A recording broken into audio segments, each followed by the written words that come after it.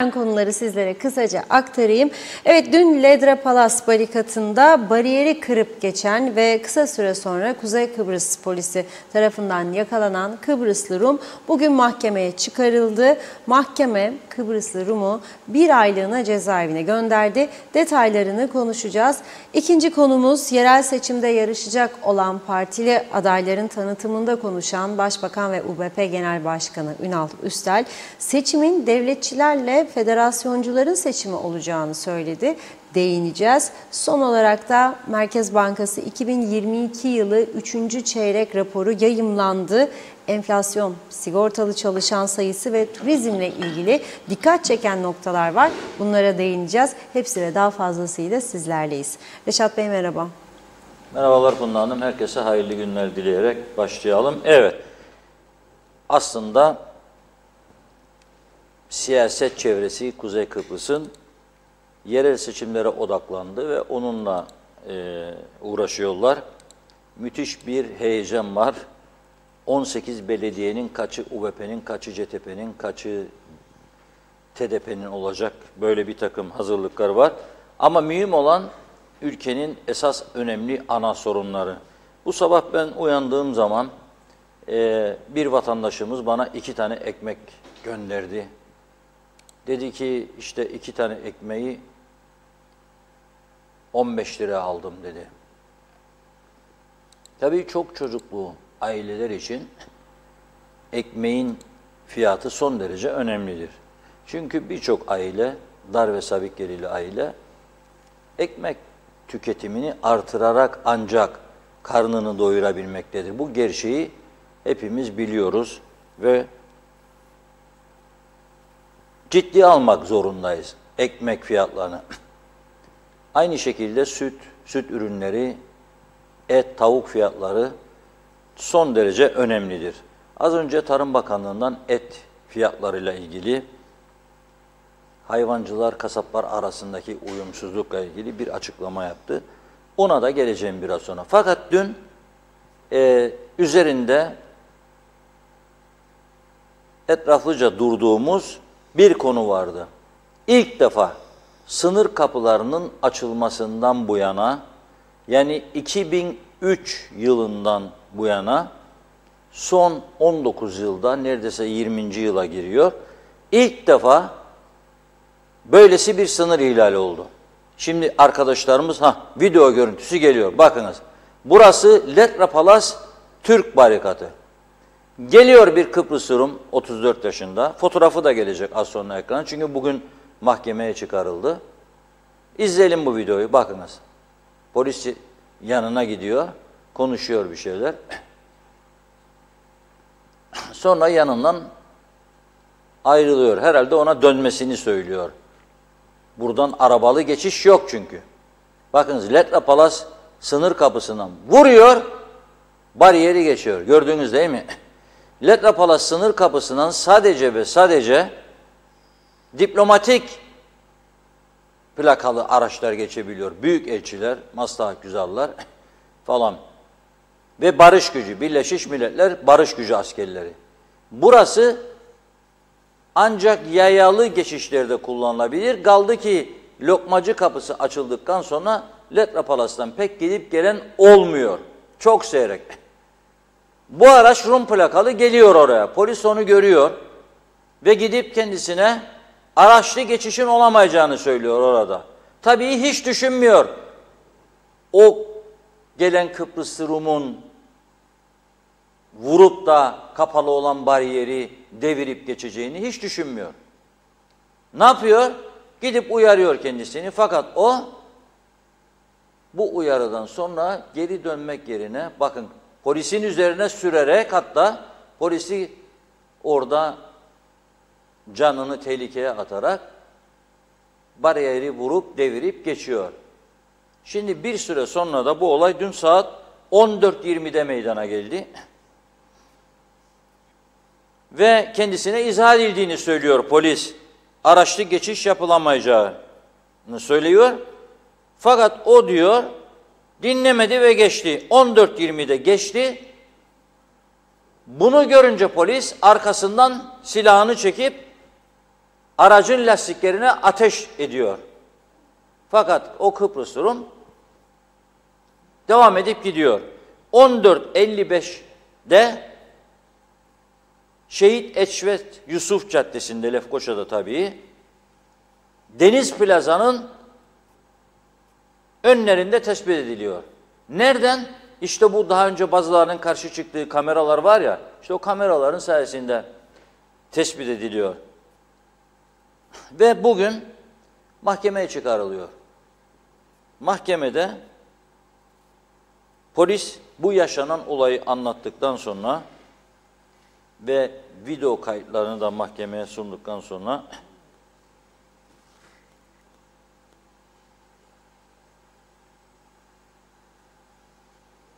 diyor ki, eğer siz bunu serbest bırakırsanız diyor, bu ülkeye sınır kapısını ihlal ederek ve kasti hasar vererek diyor. Yani barikatı devirmesi kasti hasara girer diyor. Eğer bunu serbest bırakırsanız teminatla yargılanmak üzere diyor. O zaman kaçma ihtimali yüksektir ve tutuklanmasını talep ediyoruz. Tutuklu yargılanmasını.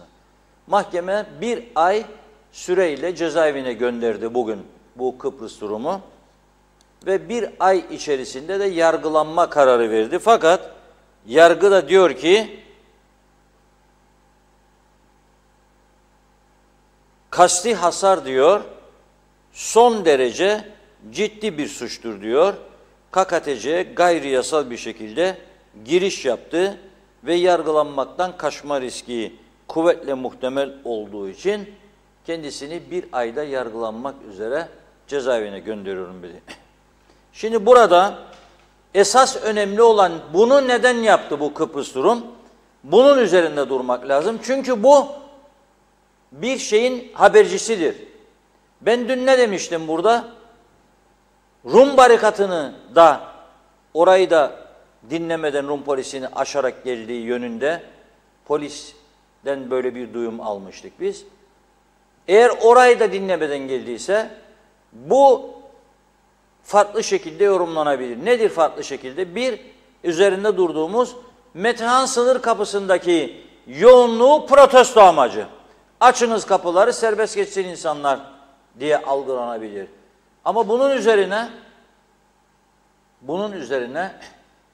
iki önemli olasılık daha eklemek istiyorum bugün. Çünkü kendisi konuşmamış mahkemede. Eğer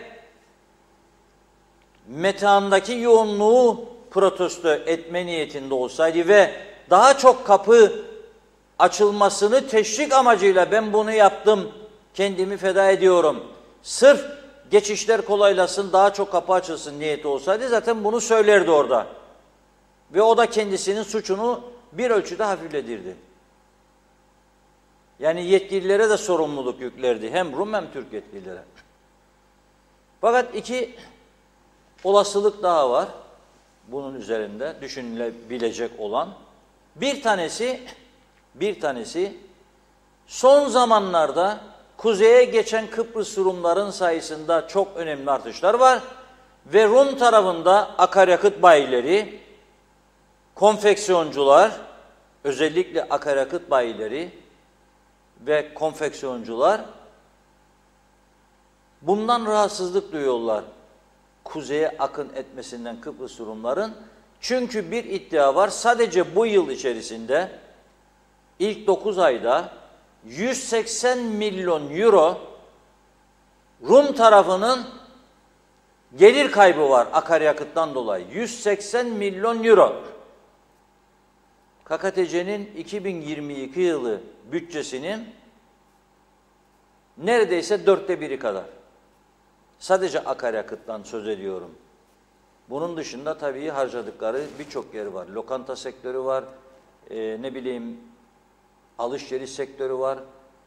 Gelip deri ceket alıyorlarmış, ayakkabı alıyorlar, elbise alıyorlar. Efendime söyleyeyim, kuaförlere gidiyorlar. Araçlarını yıkamayı bile kuzeyde yapıyorlar çünkü daha uygun fiyatlar. Dolayısıyla bunun bir şekilde bertaraf edilmesi için yöntem arıyorlar. Hatta kısa bir süre önce Rum Sağcı İşçi Sendikaları Federasyonu SEK, Rum hükümetini ve savcılığı bir çare üretmeye, önlem almaya davet etmişti. Neden? Çünkü Yeşil Hat tüzüğü çerçevesinde engelleyemiyorlar geçmelerini kuzeye. Ama hükümete diyor ki savcılar siz bir çare üretiniz. Ve şimdi Anastasiades hükümeti gider ayak veya direkt hükümet görünmese de kilise veya başka bir yerden veya bu gelir kaybına uğrayanlardan birisi biz seni mali yönden tazmin ederek çok gider 3-5 ay yatarsın orada ama bir gerilim olsun. Vur kır barikatı geç belki kapılar kapanır. İkinci olasılık budur. Ki bizim tarafta da kapıların kapanmasını isteyen bir zümre olduğunu duyuyorum. Son derece yanlış, son derece tehlikeli ve zarar verici bir tavır. Üçüncü olasılık uyuşturucu meselesi olabilir. Hiçbir kontrola tabi olmadan vurup kırıp geçip belirli bir noktaya bir paket bırakılmış olabilir. Bunu ortaya çıkaracak olan eğer her yerde kamera varsa bütün hareketidir. Yoksa sadece Letra Palas yolundaki kameralar ve bir de ne bileyim işte Deniz Plaza bölgesindeki kameraya göre çıkardıysa farklı bir durum. Ama şöyle bir şey 35 dakika içinde yakalanmış oluyor. O 35 dakika içinde arabanın bagajdan bir yerlere bir şeyler bırakıldı mı, atıldı mı? Bunun ortaya çıkarılması lazım. Ve polisin bu konuda çok ciddi araştırma yapıp iyice belgeleri ve bilgileri topladıktan sonra bu bir aylık süre içinde mahkemeyi de kamuoyu da aydınlatması lazım. Dikkat çekici bir nokta var. Rum basını bu konuda etraflı bir yayın yapmadı. Sadece programa girerken baktım.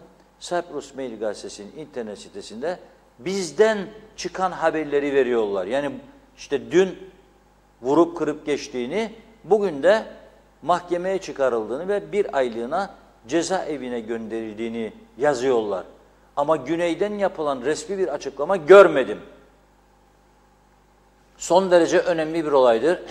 Üzerinde durulması lazım. Ve bu aralar bu kapıların kapanması için daha ciddi benzeri olayların olabileceği konusunda da yetkililerin uyanık olmasında fayda vardır. Bu konuda iki toplumlu işbirliği teknik komitesine de çok büyük görevler düşüyor. Oturup konuşup sakinleştirmeye lazım insanları. Bu kapıların kapanması yeni bir gerilim demektir. Yeni bir gerilime de hiç kimsenin ihtiyacı yoktur. Ama Güney Kıbrıs özellikle bunu yapmak isterse tam tersi bizim makamlarımızın, bizim insanlarımızın buna fırsat yaratmaması lazım. Birleşmiş Milletler Avrupa Birliği nezdine girişim yapması lazım. Çünkü bu geçişlerin en büyük faydası bizedir. Bakın 2003 yılında kapılar açıldığında uzunca bir zaman yani neredeyse 14-15 yıl çark Rumlardan yana dönüyordu. Bizim taraftan oraya akın insanlar daha çok alışveriş, yiyecek, içecek, giyim, kuşam, elektronik alet alıp geliyorlardı. Fakat son 2-3 yıldan bu yana akaryakıt fiyatlarındaki farklılık yüzünden kuzeye geçişler arttı. Ve bu arada da korona sürecinden sonra güneyde birçok ürünün fiyatlarında artış, özellikle zepse meyve fiyatlarında bizim tarafı daha cazip hale getirdi. Ve bu yüzden de Kıbrıs Rumlar gelip akaryakıt alıyorlar. Bunun yanında sigara alıyorlar. Az önce de söylediğim gibi ufak tefek de olsa alışveriş, kıyafet falan, kuaför, dişçi para harcıyorlar. Yani çark ters dönmüş durumdadır. Bunu kaybetmenin maliyeti çok yüksek olur KKTC için ve yapılabilecek en büyük hata olur. Kapıların kapanmasını isteyen karşı tarafa aynı düşünceyle karşılık vermek, yani iyi olur biz de kurtuluruk bunlardan falan filan, başka kapı şu bu, zaten bunlardan hiçbir şey olmaz, ne anlaşma olur ne bu, kendi kendimize bu tarafta biz bize yeterik, hadi kapatın kapıları, daha da hücum Rum malları kalanlar gitsin bitsin, hiçbir fayda sağlamaz. Açık ve net. Açık ve net. KKTC hükümetinin her 100 lirada, her 100 Türk liralık akaryakıtta 25 Türk lirası devlet vergisi vardır. Her 100 lirada 25 lira hazineye gider. Hazine de işte bu paraları toplayarak maaşları öder veya fazla mesaileri. Bunu da göz önünde bulundurmak zorundayız. Diğer katkıları saymıyorum bile. Her 100 liralık akaryakıt alışında bir Kıbrıs Rum'un 25 lirası hazineye gider. Ve o yüzden de, ama ben her şeyden daha fazla şuna önem veriyorum. Aynı adayı paylaşıyoruz, aynı ülkede yaşıyoruz ve iyi ilişkiler içinde olmak zorundayız. Savaş tamtamları, gerilimden yana tavırlar hiçbir şey kazandırmaz bize, bu bir. İkincisi, üçüncü bir havayolu olasılığını yaratamayan beceriksiz yönetimlerimiz sayesinde bugün binlerce insanımız, en milliyetçi olanlar dahi Larnaka ve Baf havaalanı üzerinden gidiş geliş yapmaktadırlar. Çünkü bizim Ercan'dan ya uçak bulamıyorlar ya da o taraftaki gibi uygun bilet fiyatı bulamıyorlar. Bir taraftan 37 euroya, 57 euroya, 60 euroya, 70 euroya uçarken 4,5-5 saatlik uçuş, bir taraftan 350-400 euroya da uçamıyor. 1000 euro, 1500 euro. 30 dakikalık Ercan-Adana uçuşunu 4000 lira yapıyor. 200 euro. Ama 5,5 saatlik Londra uçuşunu sırasında 50 euro, 90 euroya yapıyor. Tabii 500 euro olan uçuşlar da var. Siz illaki British Airways'de uçacağım derseniz Larnaka'dan Londra'ya 300 euro da var bazı günler, 500 euro da var, 700 euro da var. Hele şimdi Christmas dönemi, tahmin ederim bakmadım son günlerde ama daha aşağı değil fiyatlar. Ama low cost airlines dediğimiz düşük maliyetli uçak şirketleri kimdir bunlar? Mesela EasyJet'tir, Ryanair'dir, G2'dur. O yüzden bunlar ne yapıyor? Bunlar çok ucuz fiyatlarla sadece İngiltere değil, birçok Avrupa ülkesine uçuyorlar. Larnaka ve Baf'tan. O açıdan da baktığımızda sınır kapılarının tehlikeye girmesi bizim ekonomimiz ve insanlarımızın avantajları açısından son derece zararlı olur, tehlikeli olur. Bu noktanın altını çizmek istiyorum. Bazıları diyormuş ki efendim işte kapansın zaten istemiyoruz falan filan. Biz bize yeteriz. Hayır, biz bize yetmeyiz. Bu sınır kapıları açılmazdan önce 3 kat daha pahalıydı bizde birçok tüketim maddesinin fiyatı, biliyor musunuz? Hatırlayalım o günleri. 3 kat daha pahalıydı. Sınır kapıları açıldıktan sonra kademeli bir şekilde bizde fiyatlar düşmeye başladı. Kademeli bir şekilde düşmeye başladı. Ne oldu da düştü fiyatlar? Demek ki düşebiliyordu. Ama ne zaman insanlar diğer tarafa kaydı, market alışverişlerinin %70'ini 80'ini güneyden yapmaya başladı, o zaman bizdekiler mecburen düşmeye başladı. Mecburen. Rekabet çok önemli. Çok önemli. Adam diyor ki bugün Rum tarafında domates, ne bileyim salatalık, taze fasulye, bamya falan bunlar bizden pahalı. Bize gelip alıyorlar ama hala bizden ucuz ürünleri var. Başta da et. Başta da et. 6 lira 6 euro 80 sente 7 euro olsa ve 1 euroyu 20'den koysam bugün 140 lira eder. 240, 260, 280 nerede? 140 nerede? Almasın efendim yemesin. Olmaz öyle şey.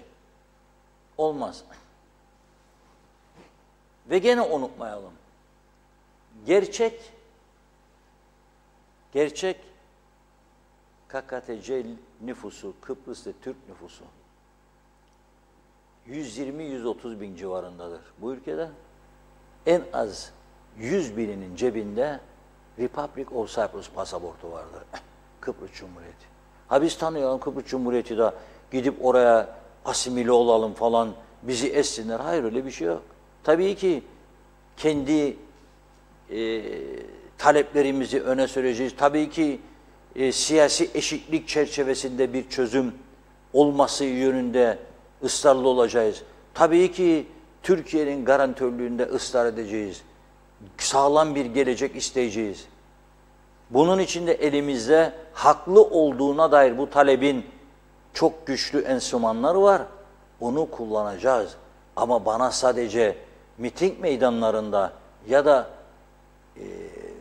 yeme içmelerde, meyhane masalarında kahramanlık nutku atarak yapamazlar bunu. Yapamayız. Elimizde çok güçlü belgeler var, bilgiler var, deliller var.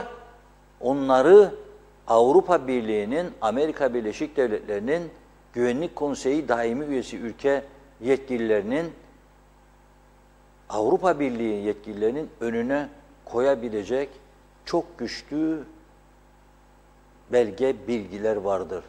Onu kullanın. Dayanın kapılarına, anlatın. Deyin ki bu nedenlerle biz. Hala daha bakınız terörist başı Grivas'ın heykelini diktiler, bırak. Şimdi müzesini yapmak istiyorlar devlet parasıyla. Akel şimdi engelliyor bunu, Komünist Akel. Diko ve Edek'in yardımıyla. Onları kullanın. Kimsenin şikayeti olamaz. Onlara çağrı yapın devamlı. Vazgeçin bundan. Bakın bu kadar kan aktı, bu kadar insan mağdur oldu, zarar etti. Bu Kıbrıs size de yeter, bize de yeter. Bu çizgi üzerinde yürüyün.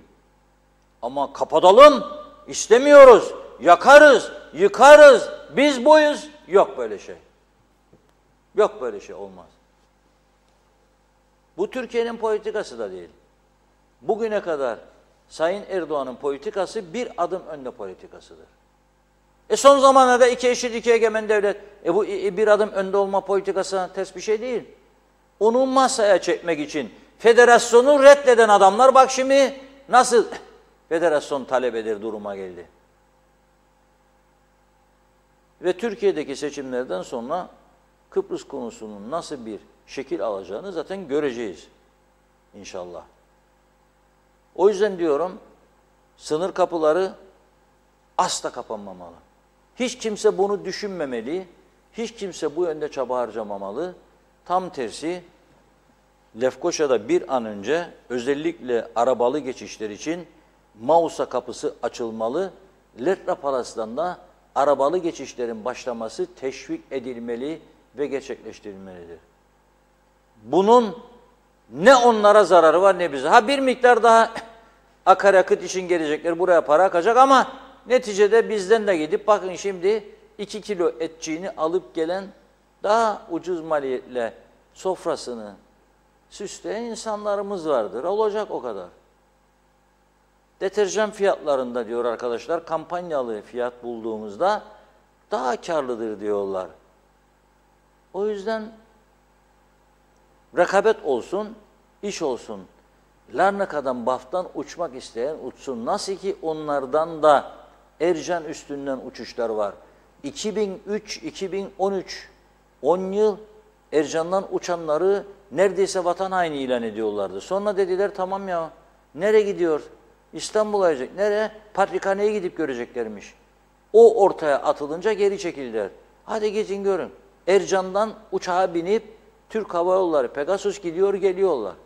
Biz de Larnaka'dan, Baf'tan gidip geleceğiz. Larnaca ve Baf'tan gelen turistlere de Welcome to Northern Cyprus deyip alacağız. Siyaset budur. Aslında bunu burada konuşmak bile gereksiz. Onların yetkililerin bizi yönettiğini iddia edenlerin atması gereken adımlardır. Ama ben bakıyorum bir şahinleşme havası var son zamanlarda. Son derece tehlikeli ve zararlı olur. Son derece tehlikeli ve zararlı olur. Evet Funda Hanım, buyurun. Evet, vakitlice mesajlara başlayalım o zaman. Çok teşekkür ederek başlıyoruz her zamanki gibi. Atilla Geçer iyi yayınlar dilemiş. Mehmet Uluçaylı da. Hilmi Budalı, hükümet Aksa'nın borcunu üstlendi. Geçen ay sokak lambaları 25 liraydı diyor. Bu ay 46,62 olmuş. Belli oluyor kimin borcu üstlendiği. Verin oyları. Geleceğe yürüyoruz. Kaan Kolay, dediğiniz gibi seçim var diye her şeyi boş verdiler. Gazi Manisa pislik içinde büyük bir başıboşluk var. Her yer darmadağın. Bir de kazılar, bu kadar plansız yol çalışması hiçbir ülkede yok. Bir yer bitmeden başka bir yere başlıyor denilmiş. Kazılanlar da Allah'a emanet diyor. Hiç mi kimse görmüyor bu yolları? Mehmet Kurtulmuş, Allah hiç kimseyi ekmeksiz sütsüz bırakmasın dedi. Amin diyelim. Mehmet Uluçaylı medya grubunuzun 10. yaş günü kutlu olsun. Nice tarafsız yayınlar, kolay gelsin. Teşekkür ediyoruz. Gaye Gök'te iyi akşamlar dilemiş. Ramazan Deniz, Kuzey Kıbrıs Efkafı'nın su meselesi gibi gider. Hep kolay gelir hükümetten çok. Siz düşünün Kuzey Kıbrıs'ın derdini hep çekersiniz diyor. Atilla Geçer, Kıbrıslı Rum'la ilgili altındaki arabaya bak demiş, ayağındaki terliğe bak. Mehmet Uluçaylı, Sayın Başbakan, et fiyatları ucuzlayacak dedi. Bugün kilo başı 30 lira zam yapıldı. Siyasiler artık boş konuşmasınlar. Önce icraat, sonra beyanat makbuldür. Aylin Kızıl, hayırlı yayınlar diyor. Sayar Aker, adada hürriyet maskaralığa döndü. Tüm ada serbest bölge olsun, silahsız, belasız demiş. Osman Mene, iyi akşamlar. Celal Harun, kahveler bol köpüklü olsun, yüreğimiz dostluk ve sevgiyle dolsun diyor mesajında. Mehmet Kurtulmuş, bu Rum'un yaptığı hareket bence kasti olarak yapılmıştır. Arkasında hükümet yandaşları vardır. Cengiz Genç, Yukarı Bostancı'dan selamlarını yolladı. İyi ki varsınız demiş. Erdal Yarkın'da, Bülent Lider Mehmet Küçük, nice 10 yıllara diyorum ve üstün başarılı yayın hayatınızı gönülden kutluyorum. Saygılar, sevgiler. Kemal Osman Ceyhanlı, seçim vaatleri hiç yabancı değil. Yani yine değişen bir şey olmayacak diyor. Nazime Nalbant, İskele'den herkese selamlarını yolladı. Ve diyor ki bugün 6 saat elektrik yoktu. Artık bu sorun olmayacaktı hani. Kesintiler diyor, bakın daha soğuklar gelmeden başladı. Ne olacak böyle sorarım demiş. Necdet Mavi Gözlü, Kuzey Kıbrıs Birleşik Afrika Pakistan Cumhuriyeti'nden bize iyi yayınlar diledi. Ve diyor ki bizim milliyetçiliğimize gün doğdu. Özellikle Töre ve Ertuğruloğlu'na zaten fırsat kolluyorlardı. Rum onların ekmeğine bal sürdü. Ertuğruloğlu yarın savaş ilan edebilir. İsmail Sencer, harikasınız demiş. Abey Hüseyin, milliyetçilerin tümü sahte diyor. Rumlar bu sahte devlete yalnız bir haftalığına boykot uygulasın, kuzeye geçmesin diyor. Çoğumuz aç kalırız demiş. Ayı dayı da iyi yayınlar diledi. Erol Topçu da. Sayar Eker, bir siyasetçi çıkar, dün dündür, bugün bugündür der. Biz hala dünün siyasetiyle oyalanıyoruz. Lefkoşa'nın sınır bölgesine ortak bahçe yapalım, kardeşçe kullanalım. Gelecek nesil huzur bulsun. Ah bugünün yalan dünyası uzak dursun bizlerden yazmış. Fatih Kaplan, çok güzel konuşuyorsunuz Reşat Bey dedi. Sayar Eker, üzgünüm kafalarını taşa vuranlar çoğunluktadır demiş. Kader Akyollar, hayırlı yayınlar. Sorunum var. Sosyal yardım için hiçbiri yardımcı olmadı demiş. Evet, Atilla Geçer, yıllar önce rahmetli babamın Cunda Adası'nda az biraz yeri vardı diyor. Ayvalık'ta pazar kurulduğunda Girit Adası'nda Rumlar pazarda alışveriş yaparlardı. Nereden nereye demiş.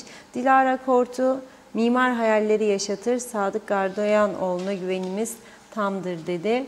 Özkan Beşmiş, Başbakan açıkladı. Et fiyatları düşüyor dedi. Daha pahalı oldu.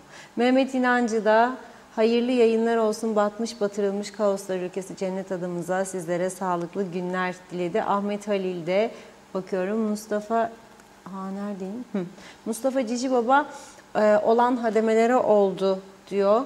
İyi akşamlar. Bir iki mesaj daha ver. Sonra ara verelim. Bakayım. Hüseyin Koltan, iyi akşamlar. TV 2020 ekibi saygılarımla hayırlı yayınlar dileriz. İyi ki varsınız demiş. Aydın Ökter, bir el atın diyor. Gece hiçbir yolda ışık yok. Bir de siyahi insanlar yolun karşıdan karşıya geçiyorlar diyor. Hiç görünmezler. Lütfen bir el atın demiş Aydın Hanım. Evet, çok teşekkür ediyoruz. Devam edeceğiz. Sözü Reşat Bey bırakıyorum. Buyurun. Evet, az sonra seçimlere geçeceğiz tabii ama bir artı daha koymak isterim bu sınır kapılarına. Kayıtlı bir şekilde bildiğimiz, bakın kayıtlı bir şekilde bildiğimiz diyorum çünkü öyle insanlar var, güneyde çalıştığını kayıt ettirmek istemeyebilir bizim tarafa, söylemeyebilir. Fakat kayıtlı bilinen 2600 işçimiz var güneyde. Bunların her birinin 1000 euro aldığını düşünürsek ayda, ki çoğu 1200, 1300, 1500 euro civarındadır. Ama 1000 eurodan koyuyorum ben ortalama. Ayda 2.600.000 euro eder bu. Bu 2.600.000'in 600.000'i güneyde kaldı diyelim ki kalmaz. Çünkü dediğim gibi onlar zaten geliyor. Akaryakıtını bizden alıyor. İçeceklerini, yiyeceklerini bizden alıyor. Sigarayı bizden alıyor. Tabii sigarayı söylüyorum, sakın sigara içiniz anlamında söylediğimi zannetmeyin. Sigara son derece zararlıdır, uzak durunuz. Fakat zepse meyve fiyatlarımız güneyden ucuzdur. Çok alacağı oradan işçi gelirken haftada bir gün et alacak ya kıyma alacak da getirecek ya da ucuz deterjan bulursa alacak, getirecek ailesine. Ama belediye vergisini burada ödüyor, elektrik parasını burada ödüyor, akaryakıt parasını burada ödüyor, alışverişinin büyük kısmını buradan yapıyor. Bu para Kuzey Kıbrıs'a akıyor. 2 milyon kalsa 600.000'i gitse bile diyorum, 24 milyon euro yapar yılda. Orada işliyor, alıyor parayı, gelip bizim tarafta harcıyor.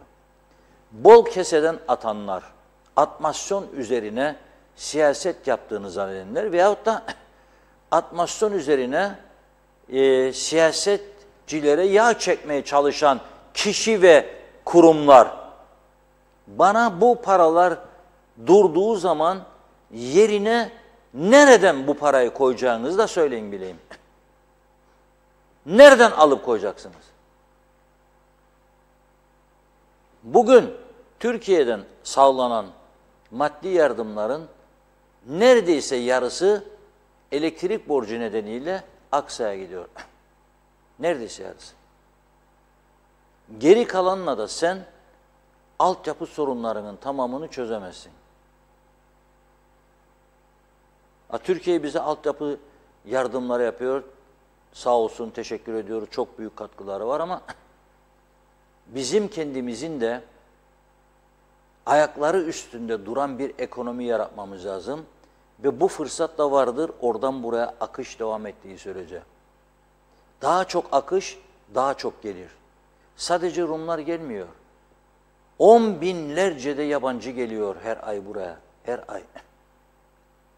İngiliz, Alman, Fransız, Polonyalı, Ukraynalı güneyden buraya geçiyorlar, geliyorlar. Günübirlik olsa bile geliyor, para bırakıyor, gidiyor. Ve bunun kıymetini bilmek ve geliştirmek lazım. Ve bu 2600 kişiye de nereden iş bulacağınızı da söylemeniz lazım kapıları kapatırsanız.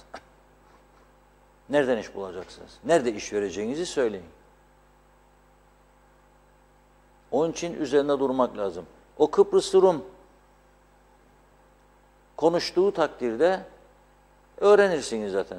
Ama konuşmazsa o zaman şüpheli pozisyon ortaya çıkar. O zaman zaten mahkeme bunun cezasını verecek.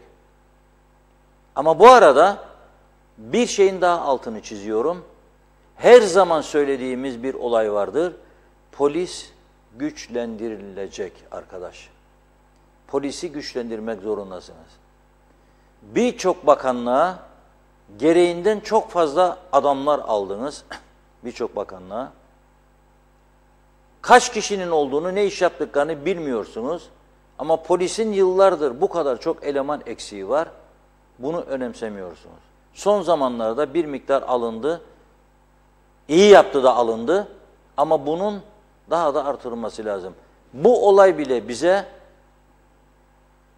polisin güçlendirilmesi gerektiğini ortaya koyuyor. Dikkat edelim. Uyuşturucu konusunda da talebe adı altında getiriliyor. Ondan sonra okula, üniversiteye kimse gitmiyor ve ondan sonra büyük uyuşturucu ticaretleri başlıyor. Tepeden başlayarak etraf, her tarafımız beyazla örtüldü, tozlarla. 5 tane Nijeryalı da önceki gün polis 1 kilo 750 gram uyuşturucu buldu. Binlerce insanı zehirleyecek kadar uyuşturucu çıktı. Bu adamlar burayı boş buldu. Bu adamlar burada bu işin kolay yapılabileceğini öğrendiği için buraya geldi. Ve siz hala da tedbir almamakta veyahut da yapıyoruz, ediyoruz diyerek işi geciktirmekte ülkeye ve bütün insanlara zarar veriyorsunuz. Esas onunla ilgilenin.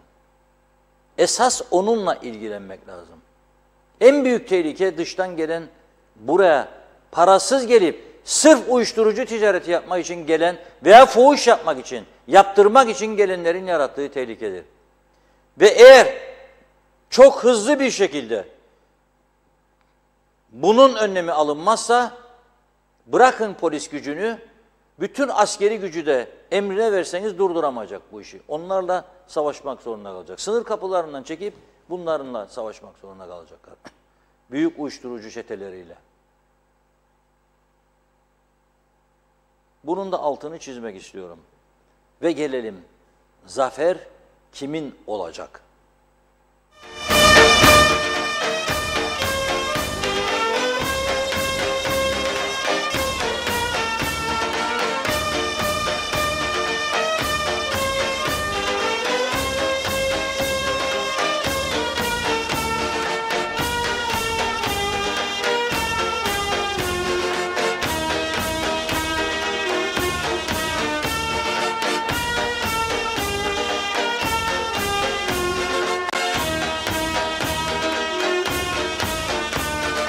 Yelkenler dikilecek, yelkenler biçilecek, yelkenler dikilecek.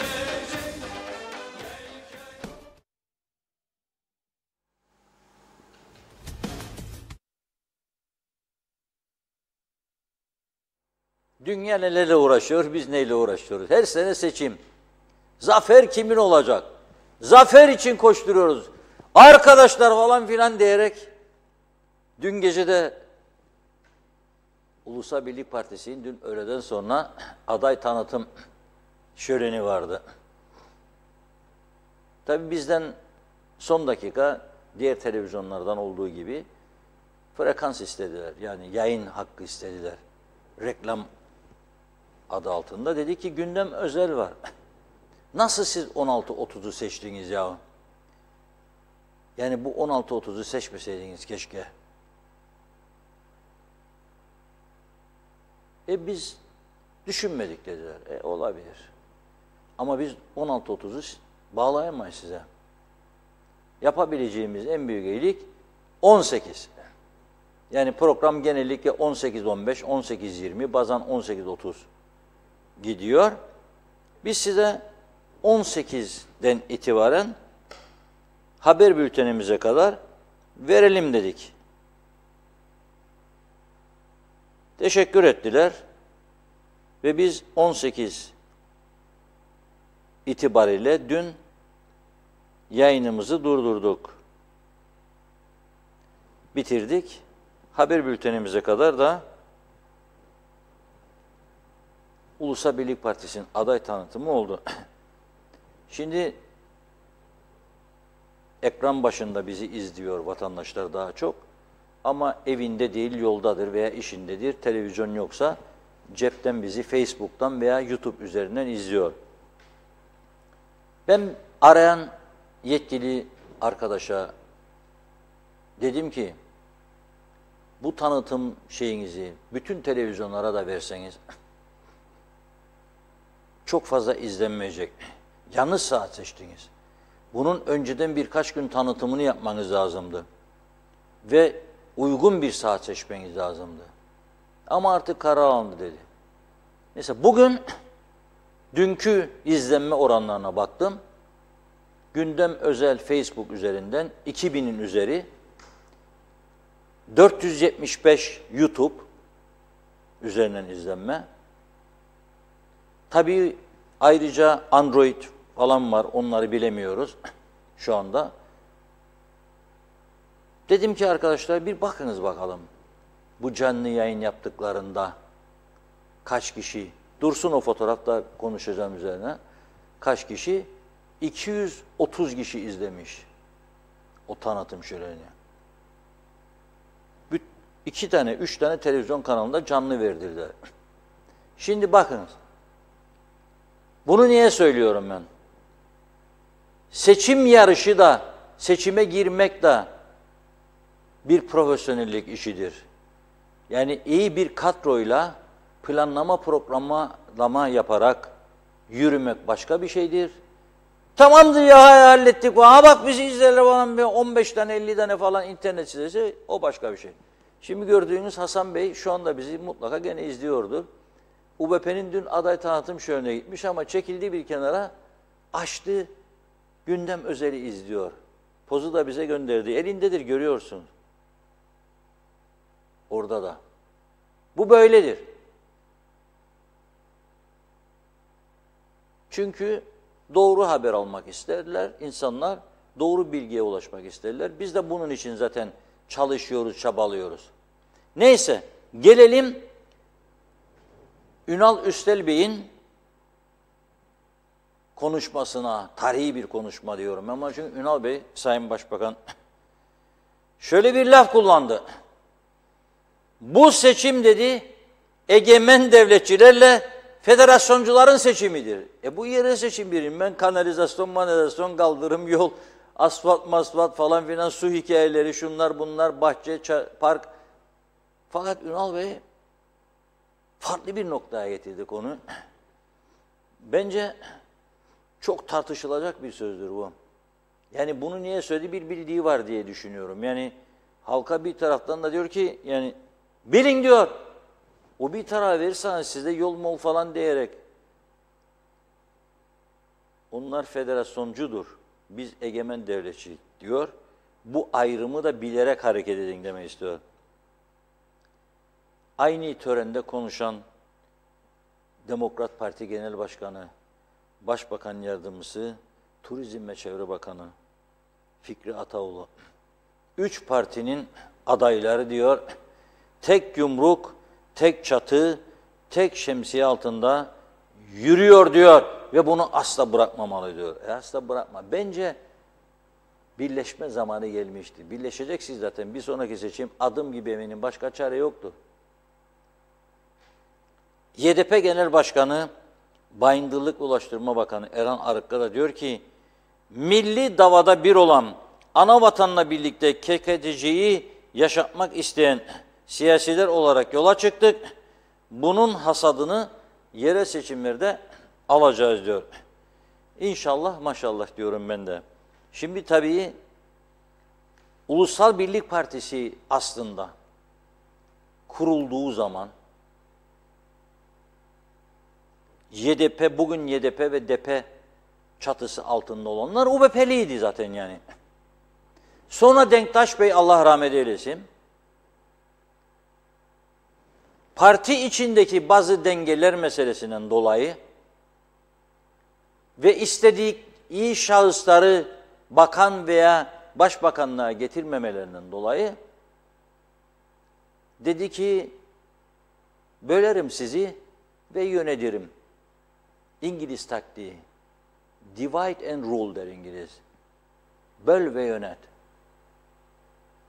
Denktaş Bey dedi, Demokrat Parti kuruldu.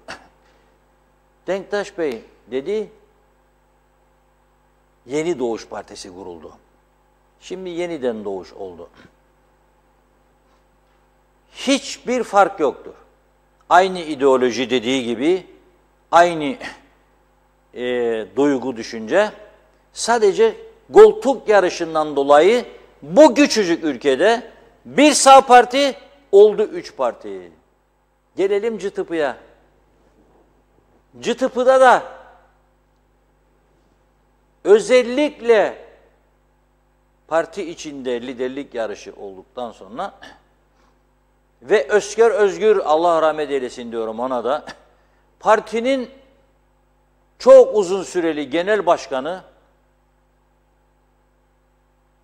ihraç noktasına getirilince, niye ihraç noktasına getirilmişti Özker Özgür Bey?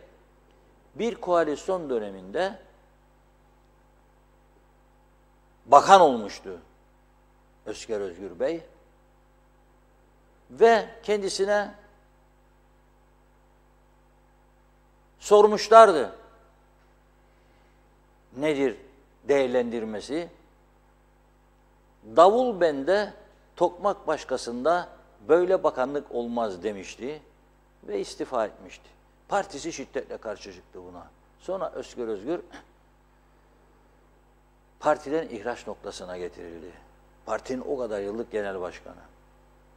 Ve oldu, Özker Bey de gitti, BKP'ya, yani Birleşik Kıbrıs Partisi, BKP. Onlar da öyle. Gelelim TKP oldu, TDP ve TKP Yeni Güçler, o da ikiye bölündü. Şimdi ama birlikte hareket ediliyor. Ne farkı vardı TDP ile TKP'nin? Hiçbir farkı yoktu. Sol da kendi içinde biri ikiye, öteki ikiye bölündü. İşte onun için diyorum, bu ülkenin düzelmesi için birinci nokta, anayasa değişecek. Ya 300 bin nüfuslu, 400 bin nüfuslu bir ülkede nedir konuştuğumuz ya? Gülerler bize, İstanbul'un bir mahallesidir burası ya.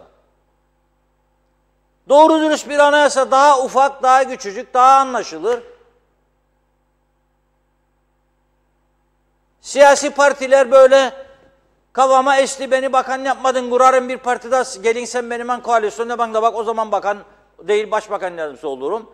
Bunları durduracak bir yeni oluşum, siyasi partiler yasası ve seçim yasası, milletvekillerine bakanlık yolunu kapat, düşür 50'yi 30'a mecliste, şimdiki bile fazla gelir Diyanet fabrikası, şimdiki bile fazla gelir bina olarak, otursunlar bu eskimiş çürümüş yasaları değiştirsinler, 5 tane de bakan yeterlidir bu ülkeye. Yeterlidir. Ya bakan, müsteşar, bakanlık müdürü, kalem müdürü, danışman. Nedir bu kardeşim bu bolluk? Nereden buldunuz bu bolluğu? Sonra da yol yapacaksın, para yok. Kanalizasyon yetmez. Arıtma tesisi 18 milyon euro ister. Nereden bulacağım? Telefon çalışmaz. Rüzgar esti mi hatlar kesilir. İnternet öyle. Adamlar pandemi sürecinde 5G'ye geçti. Biz 4,5 mu olacaktı, 5 mi olacaktı? Hala daha geçemedik. 3G hiç çoğu yerde çekmiyor, çalışmıyor. Girne'de Ciklos'a geldin, telefonda konuşurken kesiliyor telefon. Telefonda nasıl kesiliyor Ciklos'ta? Radyolarımız var. Benim bildiğim 66 tane radyo vardı. Nasıl tanıtacak kendimizi? Dünyada olmayan olacak. İnşallah 6600 olur derim. Hangi radyo? Bombar radyosu. Hangi radyo? Molehia radyo. Radio Molehia. Verin izinleri verdiler. Nereden buldun frekansları? Hepsi sahte frekansların. Rumların frekanslarını çaldık. Ama istediğinde bizi bastırıyor şimdi. Girne Boğazı'na geldiğim zaman ben radyo diyaloğu dinlerim tabii. 91.3 siz de dinleyin. Hele böyle gergin olduğunuzda, sinirli olduğunuzda veya güzel bir aşk hayatı yaşadığınızda dinleyin. Aşk şarkıları vardır. Biraz rahatlarsınız, relax olursunuz. Mızıkçılığı bırakırsınız. Yok öyle de dedin de böyle de dedin. Ona niçin kıskırt dedin de buna niçin bak dedin. Oyuna niçin yemek yedin. Buna niçin bilmem şey yaptın. Saçın için öyle kestin. Bunun için. Yok saçımı boyadım da bana güzel oldu demedin. Falan filan.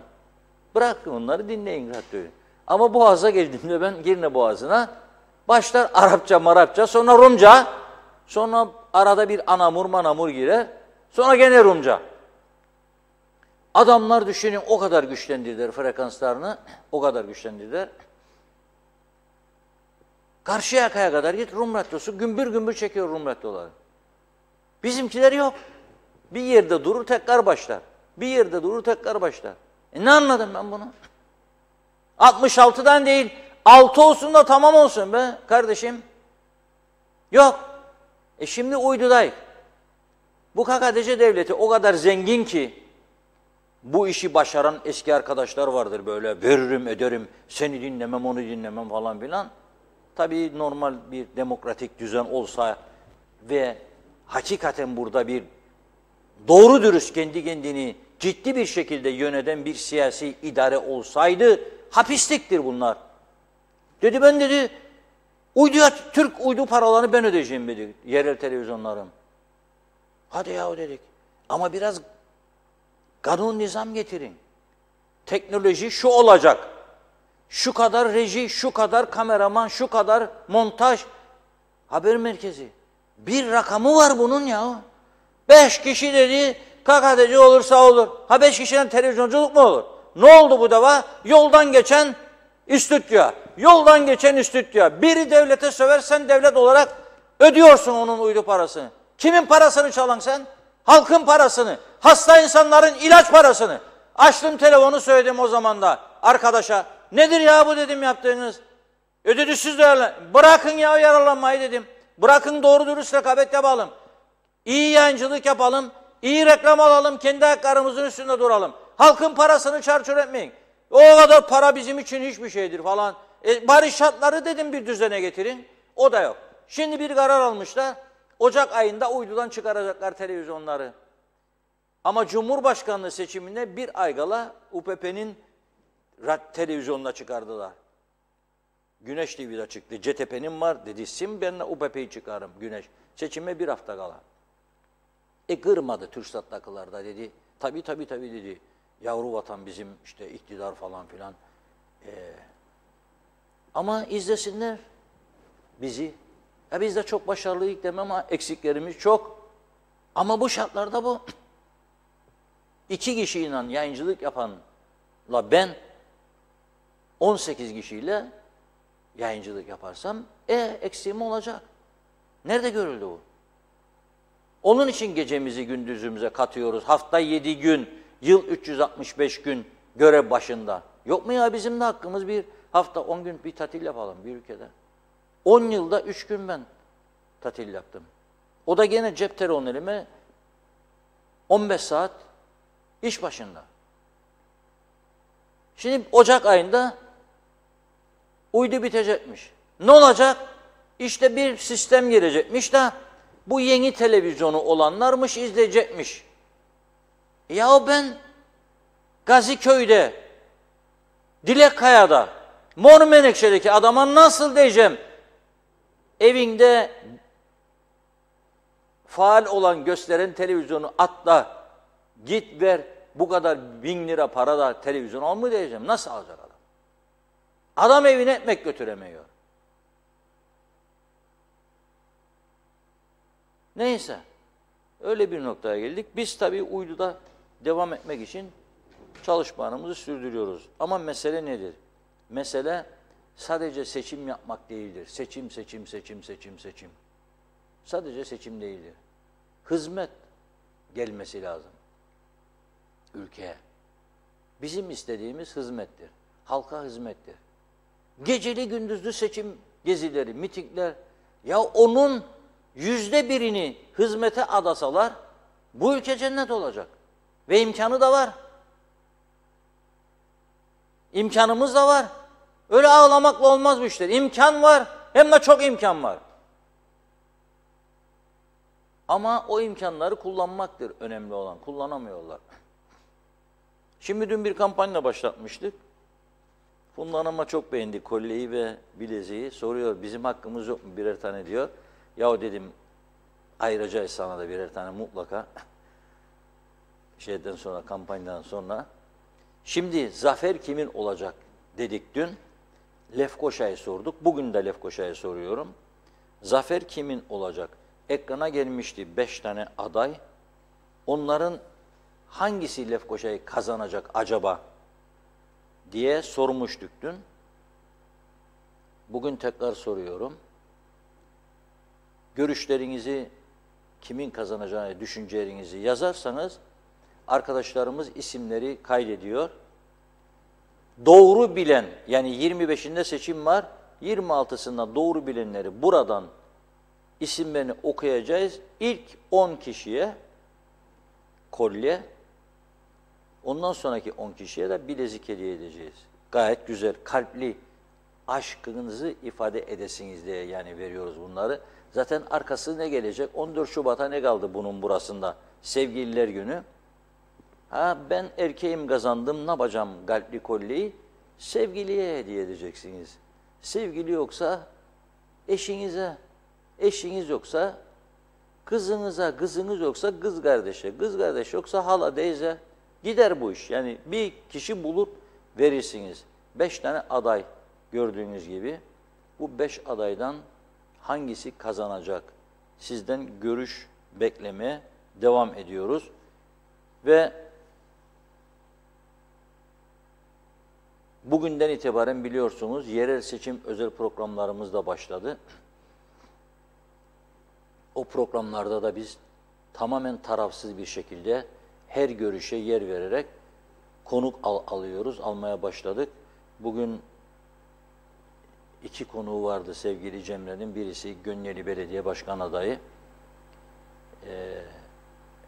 O geldi, amcaoğlu. Biri de Supi Başkan, Karpaz'ın belediye başkanı. Devam edecek. Yarın gece yayınları var. Yeni konuklarla. Devam edeceğiz. Sabahları Özlem Hanım zaten son zamanlarda hep yerel seçim adaylığını alıyor. O da bugün bir adayı aldı, konuk etti. Devam edeceğiz yerel seçimle ilgili. Ama sizlerin ortaya koyacağı görüşler de bizim için son derece önemlidir. Bana bakıyor Funda Hanım. Vallahi ben artık Funda Hanım'dan korkmaya başladım. Böyle yandan baktığı zaman çok mesaj var demektir ama biraz bekleteceğim. Et konusu çok mühim. Çünkü bakınız, düştü et fiyatları dediler. Bazı kasaplara soruyor insanlar, 10 lira, 20 lira düşürdüm diyen var. Bazıları 10 lira arttı diyor. Hangisi doğru? Bir türlü bir ortaya bulunamıyor. Şimdi yayına girerken Tarım ve Doğal Kaynaklar Bakanlığı bir açıklama yaptı. Diyor ki, Hayvan Üreticileri ve Yetiştiricileri Birliği Başkanı Sayın Mustafa Naimoğlu dün yaptığı açıklamada canlı hayvan satış fiyatları konusunda hükümetle bir anlaşmanın olmadığını söylemiş. Tarım Doğal Kaynaklar Bakanlığı'nda Naimoğlu başkanlığı yapan toplantıda canlı hayvan fiyatlarının maliyetleri dikkate alınarak sabitleştirilmesi konusunda hemfikir olunmuştur.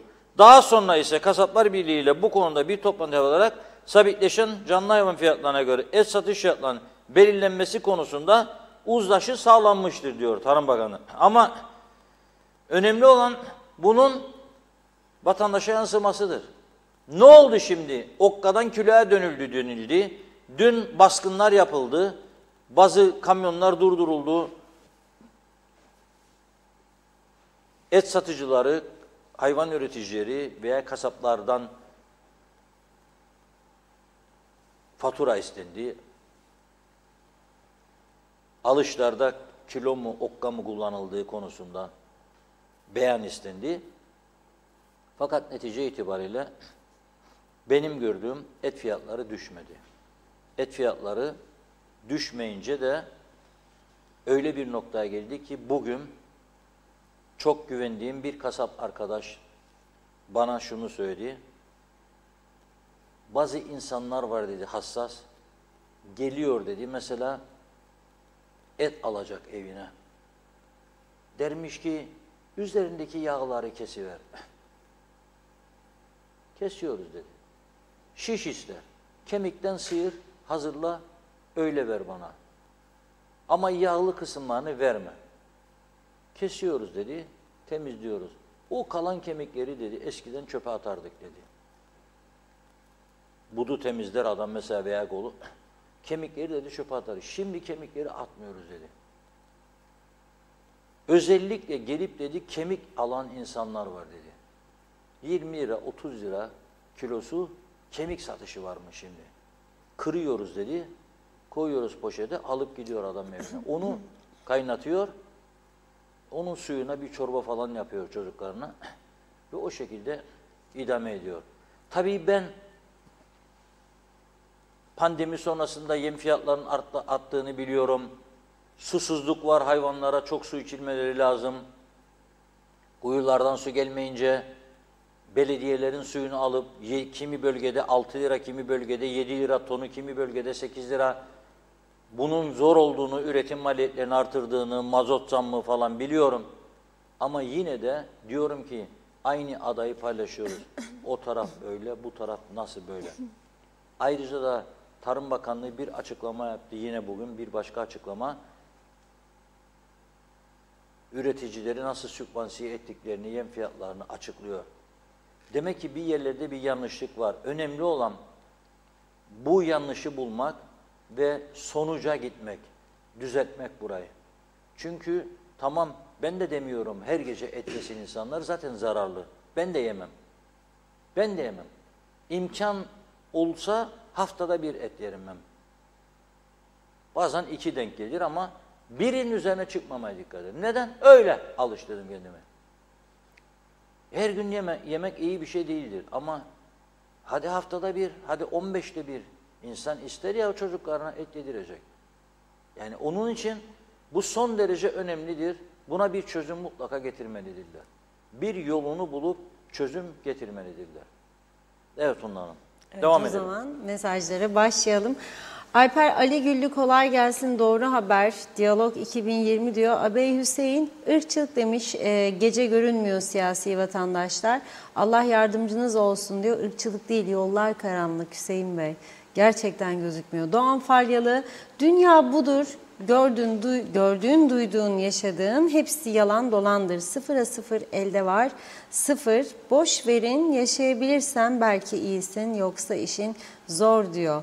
Evet Mehmet İnancı 1500 polise ihtiyaç var Sayın Akar. Polis dar kadroyla yine başarılı bir grafik çizmekte polis teşkilatımıza bravo derim demiş. Özkan Bişmiş memleket battı kimse kurtaramaz. İsmet Ezel zafer halkın olacak diyor. Nevin Aşkım Sıla Usar yazdı. Emine Mülayim Funda Hanım, Reşat Bey her yerde Rumların alışverişleri var. Buraya çok para geliyor. Kimse şikayet etmesin demiş. Atilla Geçer, Zafer Sayın Ferdi Sabit Soyer'in partisi.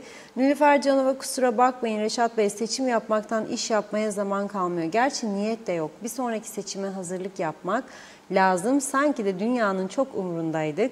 Bir elçiliğimiz bile yok. Yalnızca temsilcilik var. Necdet Mavi Gözlü Başbakan et ucuzlayacak dedi. Evet Başbakan verdiği sözü demek ki tutmuş et fiyatları euro bazında indirime gitmiş. Ben aylardır yıllardır devamlı yazıyorum. Bu memleketin en büyük sorunu Afrika kökenli insanlar diyor. Memleketten gönderilmeleri gerek. 2 kuruş faydası varsa 98 kuruş zararları var. Daha fazla geç olmadan tümünü göndermeleri gerekir. Bizim memleketimiz küçük bir memleket bunları kaldırmıyor demiş Necdet Bey. Zehra Sencer Karpaz'dan sevgilerimle süpersiniz diyor. Teşekkür ediyoruz. Ömer Bozkara Vezirler diyor ki boş teneke gibi konuştular. Arıklı'da konuştu. Sanki onlardan olmayanlar vatan hainiymiş gibi algı koydu diyor. Mehmet İnancı çalsın sazlar oynasın azalar, muhtarlar, belediye başkanları. Halk bunları cezalandıracak. İsmail Kızılşahin hayırlı yayınlar diledi. Mehmet Uluçaylı doğru haber ve hiçbir kanalın haberi olmayan sıcak günlük haberler TV 2020 sayesinde biz de öğreniyoruz demiş. Sizin program saatini hiçbir zaman kaçırmamaya çalışırım. Mutlu, sağlıklı yayınlar yazdı. Zehra Sencer diyor ki, memleketimiz anladım ki nereye gidiyor, dibe vurdu. Söylenecek, yazacak çok şey var ama demiş diye devam ediyor mesaj. İyi akşamlar diledi. Bülent lider Mehmet Küçük, Sıla Usar kazanabilir. Tülay Önal, hangi partiden olursa olsun kadın adaylar kazansın. Gerisi kendiliğinden düzelir. Evin annesi gibi düşünün. Derleyip toparlar. Sevgiler, saygılar. İsmail Kızılşahin, küçük partiler solda birleşecek, baraj yükselecek, başka çare yok diyor. Bir de diğer mesajında İsmail Bey, 3G çekmez ama paraya gelince dünyanın en pahalı şebekeleri bizde. Evet, Atilla Geçer, vallahi diyor Kıbrıslılara özeniyorum, ne güzel doğal hayat yaşıyorsunuz demiş. Elektrik yok, yol yok, radyo yok, su yok, TV yok. Evet, Zehra Sencer, parti olarak düşünmüyorum, memleketine hizmet verenler kazansın. Bayanlar daha iyi işler düşüncesindeyim. Sıla İncirli diyorum. Vedat Özkan, arkadaşlar KKTC'deki siyasiler ülkeyi çok bolluk içinde yüzen bir ülke anlayışıyla yönetiyorlar. Siyasal zihniyet çok kötü. Özkan Bişmiş, hükümete gerek yok, TC elçiliği gerekeni yapıyor. Bülent lider Mehmet Küçük, davul benim boynumda asılıdır, tokmaksa başkasının elindedir diyor meşhur söz.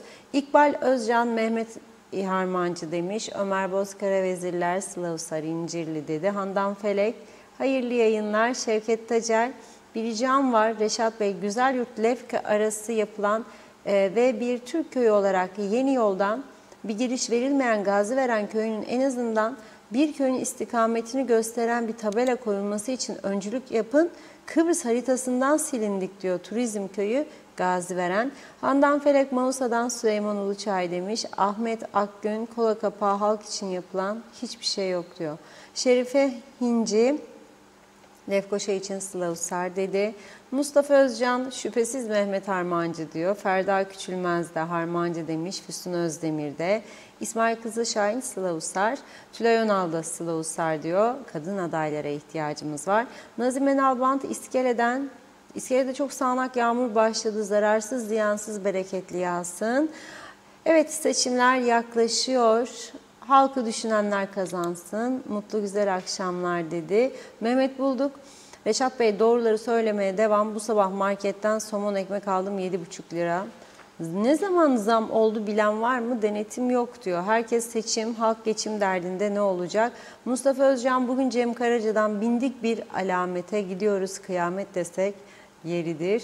Bülent lider Mehmet Küçük Sadıkoğlu demiş favoriler arasında. Hüseyin Reyhan da kolay gelsin diyor. Mehmet Budalı da evet hep izlerim diyor. 20 defadır internet duruyor. Böyle diyor, parayla sinir olmak nerede var demiş. Firmaya da kızdı. Sinem Görüş Mehmet Harmancı şüphesiz diyenlerden. Nazime Nalbant, karanlıklar ne olacak? Sanki şehirde değil de eski köylerde yaşıyoruz. Şehirler de çok karanlık olacak. Ne olacak böyle? Evet, bakıyorum. Birkaç mesaj okuyup ara verelim. Mustafa Deveci, et fiyatının düşmesi için Rum tarafından 10 lira 20 lira aşağı olacak ki kimse oradan almasın, buradan alsın. Bunun önüne ancak böyle geçilir diyor. Evet, Dilara Kortu, başkenti mimar ellere, Gardiyanoğlu'na nasip et demiş. Şenol Tatlıcıoğlu selamlar dedi. Lütfü Toruntay, Harmancı ipi göster bence, mutlu yayınlar diliyorum dedi. Bir mesajımız daha var, onu da aktarayım. İyi yayınlar Funda Hanım, şimdi diyor markete gelmiş, isim vermeyelim. İçi Rum kaynıyor, arabaları dolu dolu alışveriş yapıyorlar. Mausa'ya gidiyoruz, aynı, nereye baksak çok alışveriş ederler. Neler, bir şeyler şikayet etmesinler demiş. Evet, isminizi vermeden okudum mesajınızda. Çok teşekkür ediyoruz. Devam edeceğiz. Reşat Bey buyurun. Evet, önemli bir konu var. Bugün Merkez Bankası 3. çeyrek bültenini açıkladı. Yani ekonomide olan gelişmeler son derece önemli. Temmuz ayında enflasyon oranı %116.56, yani Temmuz ayına göre bir yıllık. Ağustos %118'e yükseliyor, %118.18 ve Eylül ayı son bir yıllık Eylül'den hesaplandığında %120.32. Peki nedir bu? Neden yükseliyor? En fazla hangi gruplarda bu yükseliş oluyor? Ona baktığımızda 2022 yılı Eylül ayı sonunda yıllık fiyat artışının en yüksek olduğu harcama gruplarını okuyorum. Dikkat edin. %209. Bakın o az önce söylediğim %120 ortalamadır. Bunun içinde piyango bileti de var. Ki çokluk bizi ilgilendiren bir şey değil. Lüks tüketim de var. Ama şimdi okuyacaklarım son derece önemli. %209 ile eğlence ve kültür. Şimdi eğlence geriledi. Yani %209 zamlanınca, ama kültürün bu kadar etkilenmesi son derece önemli. Kültür kısmına giren neyse bütün bu kapsamda %209. Lokanta ve oteller %154.8. Demek ki lokantalara eskisi kadar gidemeyecek insanlar demektir.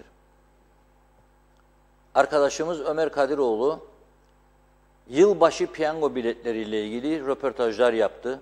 Şimdi ekrana getirecek arkadaşlarımız onu, o röportajları istiyorum.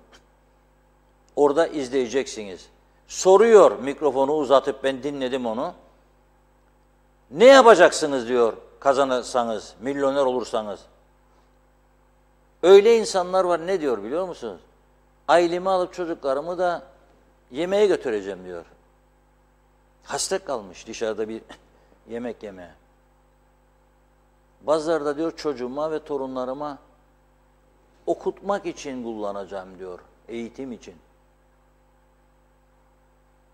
Devlet okullarından umudunu kesenler özel okullara para yetiştiremiyorlar. Para isterler. %133.4 ulaştırma. İşte Kıbrıs turizm adası olacak diyenlere söylüyorum. Bu pahalılıkta, bu bilet fiyatlarıyla nasıl insanlar turist getirecek bu ülkeye? Yani zorlanıyorlar. Yoksa çok insan var Kıbrıs'a gelmek isteyen. Ama bakıyor uçak biletleri bu kadar yüksek, vazgeçiyor. Tur operatörleri Kıbrıs'ın kuzeyini özellikle Avrupa'da pazarlamakta zorlanıyorlar. Çünkü bilet fiyatları yüksek. Daha da önemlisine geliyorum. %123'müş gıda ve alkolsüz içeceklerde artış. Alkolsüz içeceklerde diyorum. Ve gıdada %123.39.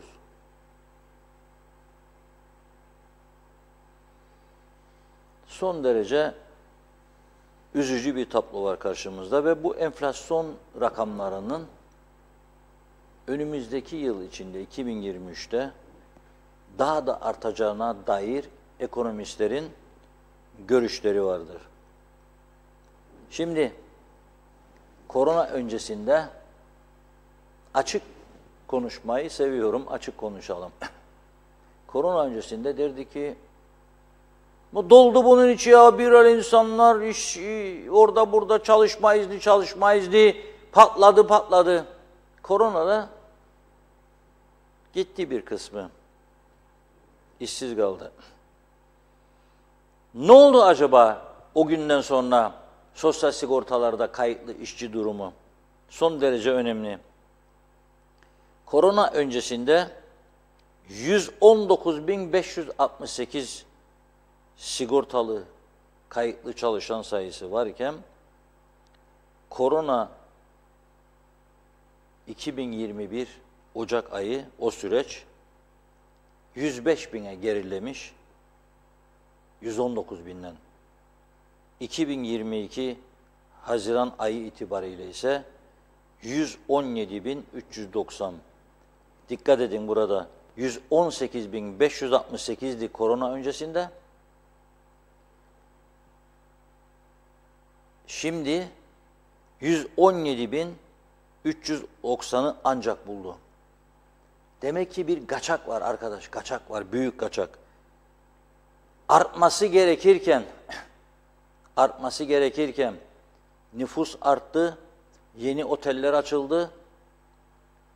Bir yığın mesele var, buna rağmen geriledi. 2 tane sebep var. 1, bazı küçük esnaf kapattı, yatırımları durdurdu. 2, kaçaklar arttı. Kaçaklar arttı, çok kaçak var. Ve ben bu konuda tatmin edici bir çalışma gösterildiğine inanmıyorum. Yoktur. Bir süre için oldu böyle 3-5 kişi, ondan sonra durdu. Varsa buyursun açıklasınlar, görelim.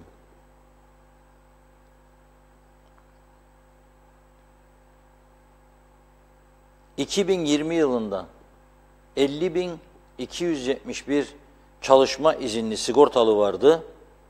2022 Haziran ayında 47.147'ye çalışma izinliden bahsediyorum. Yukarıda ne dedim?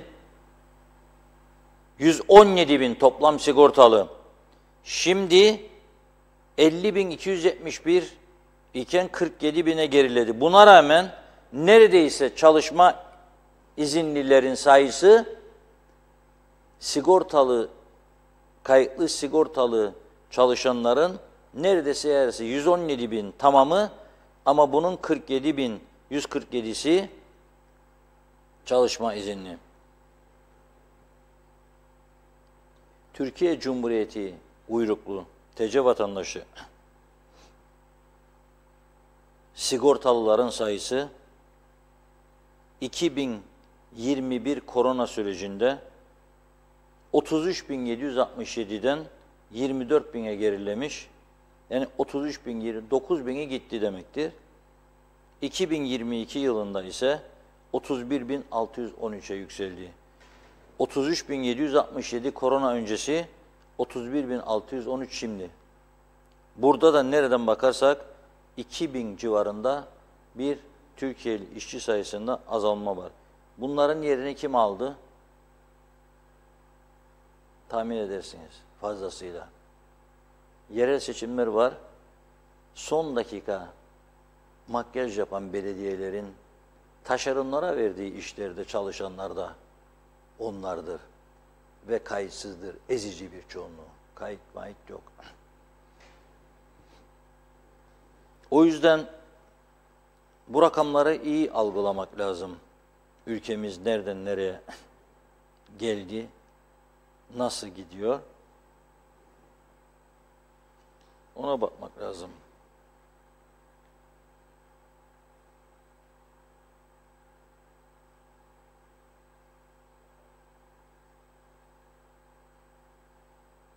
Ve kapılardan bahsetmiştik.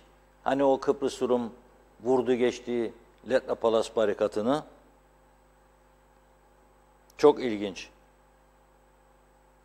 2022 yılının ilk 9 ayında kara sınır kapılarından Kıbrıs Cumhuriyeti vatandaşı, yani Kıbrıs Rum sayısı kuzeye geçen 2.130.000. 9 ayda 2.130.000 Kıbrıs Rum kuzeye geçmiş. Bu oldukça yüksek bir rakam.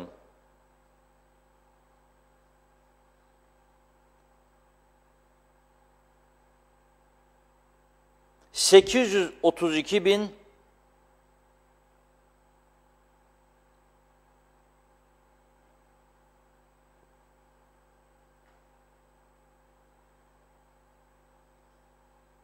de diğerleri. Toplam diyor 2021'de Rumlar ve yabancılar kuzeye geçen 733 bin iken bu rakam 2022 yılının ilk 9 ayında 3 milyon 484 bine ulaştı. 3 milyon 484 bin.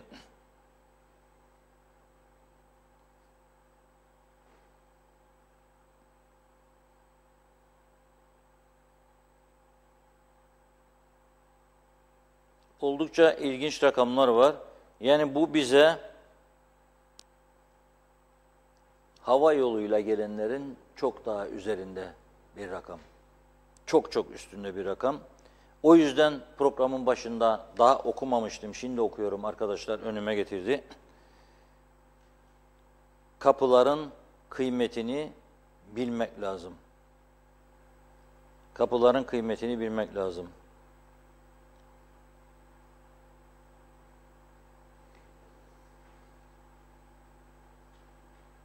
Evet, biz sizi milyoner yapacağız dedik. Yani söz verdik. Tabii çıkar çıkmaz o bizim işimiz değil. Dedik ki yılın sonuna geldik. Bu kadar da ekonomik kriz var, bu kadar pahalılık var. Elimizdeki imkanlara göre bütçemize baktık, ölçtük, tarttık. 3 hafta süreyle her hafta 200 kişiye dedik piyango bileti dağıtalım. Çıkar çıkar. Kampanyamızın adını da koyduk. Diyalog okulları milyoner olacak dedik. 1 Aralık'ta başladık kuponlara. 7 kupon biriktiren çekilişe katılacak. 1. haftanın kuponları yarın bitiyor. Bu kuponlar bize gelecek. Önümüzdeki hafta içerisinde 13'ünde sanıyorum çekilişimiz var. Bakalım bir şeyimize, yanıltmayayım sizi. Evet, 13 Aralık'ta İlk hafta çekilişi yapılacağı için o gün saat 13'e kadar kuponların bize gelmesi lazım. Kuponların üzerinde isim, soyadı var, telefon var. Bunu doldurup 7 kuponu getiren vazoya atılır ve 13'ünde ilk haftanın tarihleri belirlenir. Çok yüksek bir şans var. Bakın 100 kişi her hafta devlet piyangosu. 100 kişi de TC piyangosu. Bunun 20'si tam bilet, 30'u yarım bilet, 50'si çeyrek bilet. 200 milyon ikramiye milli piyangonun var Türkiye, 3 milyon ikramiye devlet piyangosu var KKTC. İnşallah bizim dağıtacağımız biletlerden şanslı olursunuz. Biletler alınmıştır, kilit altındadır. Her hafta 200 kişiye kurayla çekip vereceğiz. Yarın ilk haftanın son kuponu. Perşembe günü 2. haftaya geçeriz. Şimdiden söylüyorum, beni arayanlar var. Reşat Bey kampanya başlattığınızda işte biz bakkala gittik, bayiye gittik de bulamadık Diyalog gazetesi. Önceden ayır gazeteni dedim ben de. Önceden ayır.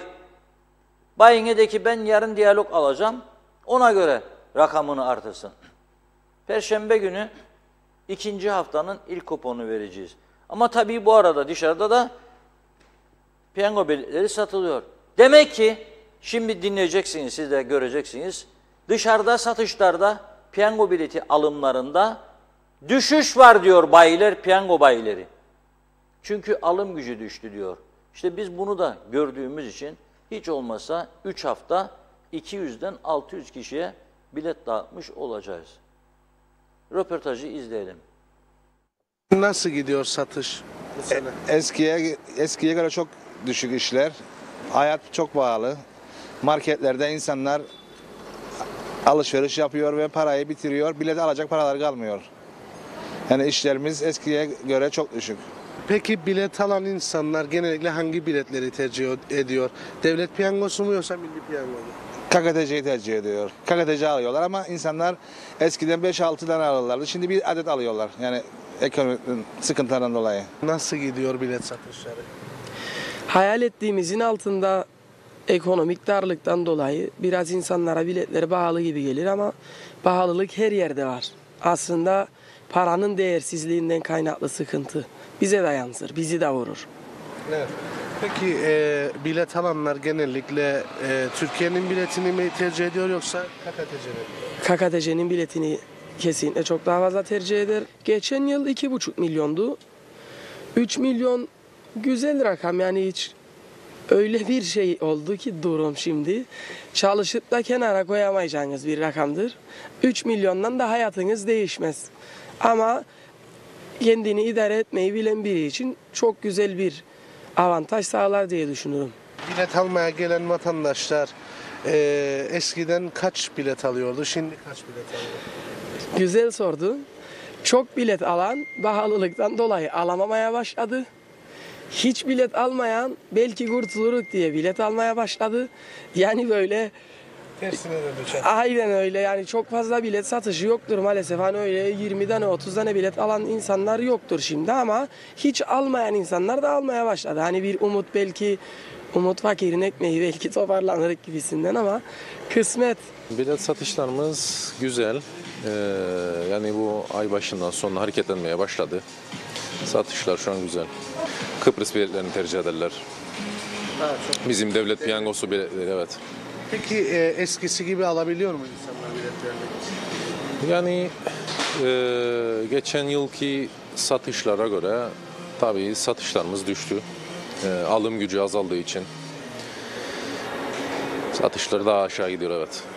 Devlet piyangosunun içerisinde. Devlet piyangosu. Evet. Neden devlet piyangosu?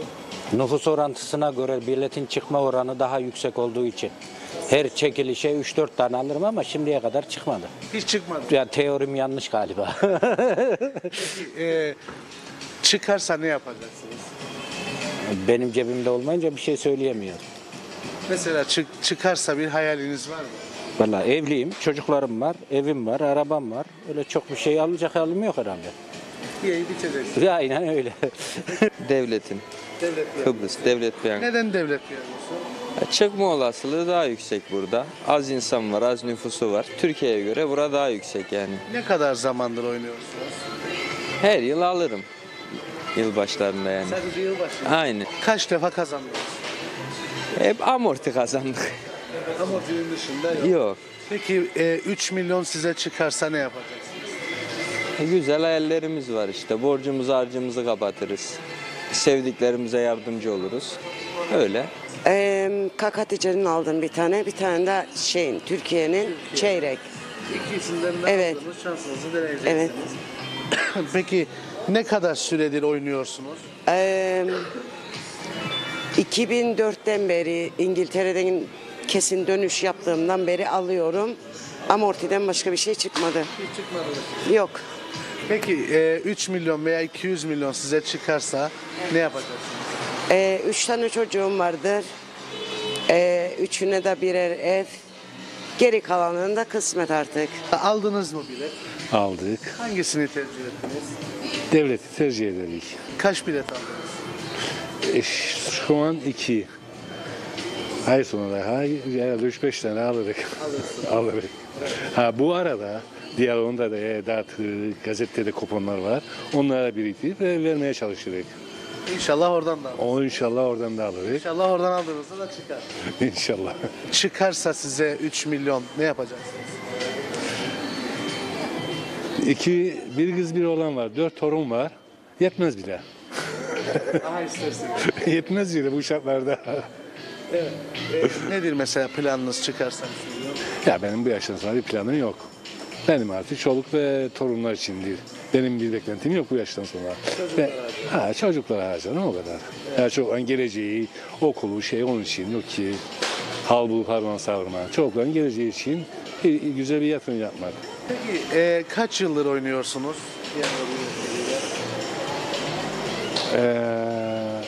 Hemen hemen epey var diyeyim. Yani tam rakam söyleyemem ama yaklaşık 10 yıllar var belki de. Yani Milli Piyango zamanından, hatta ilk Milli Piyango geldiği dönemler 2 milyonun tesellisini aldım. Kazanmışsınız ama yani. 2 milyon tesellisini aldım. Yani ilk zamanlar. Ondan sonra? Ondan sonra hiçbir şey göremedim. Devlet piyangosunu tercihimdir daima. Kaç yıldır bilet alıyorsunuz? Çok değil, 2-3 sene var ki alırım. Enişleme çıktıktan sonra 600 milyar çıktı enişleme. Enişlem dedi dene 5 şansını dedi. Deniyoruz bakalım. O günden beri alırsınız. Evet. Ne kazandınız? Yani devamlı değil yani böyle valla 2-3 ayda bir. Ne kazandınız şimdiye kadar? Hiçbir şey kazanmadık. Şimdi yılbaşı özel çekilişi 3 milyon. Size çıkarsa ne yapacaksınız? Aman neler yapmam ki. Mesela en büyük hayaliniz nedir? En büyük hayalim insanlara yardım etmek. Başka bir şey değil. Yardım. Hayvanlara ve insanlara yardım etmek. Yardım için kullanıyorsunuz. Evet. Bu dünya ölümlü dünyadır çünkü hep ölüp gidiyoruz. Hiçbir şey kalmayacak bize. Hiçbir şeyi de başaramıyoruz. Yani bir şekilde yani bir şey olmayacak. Yani araba alsam, ev alsam ne olur? Anlatabildim mi? Evlatlarıma yardım ederim. Efendime söyleyeyim. Eşime, dostuma, sevdiklerime yardım ederim.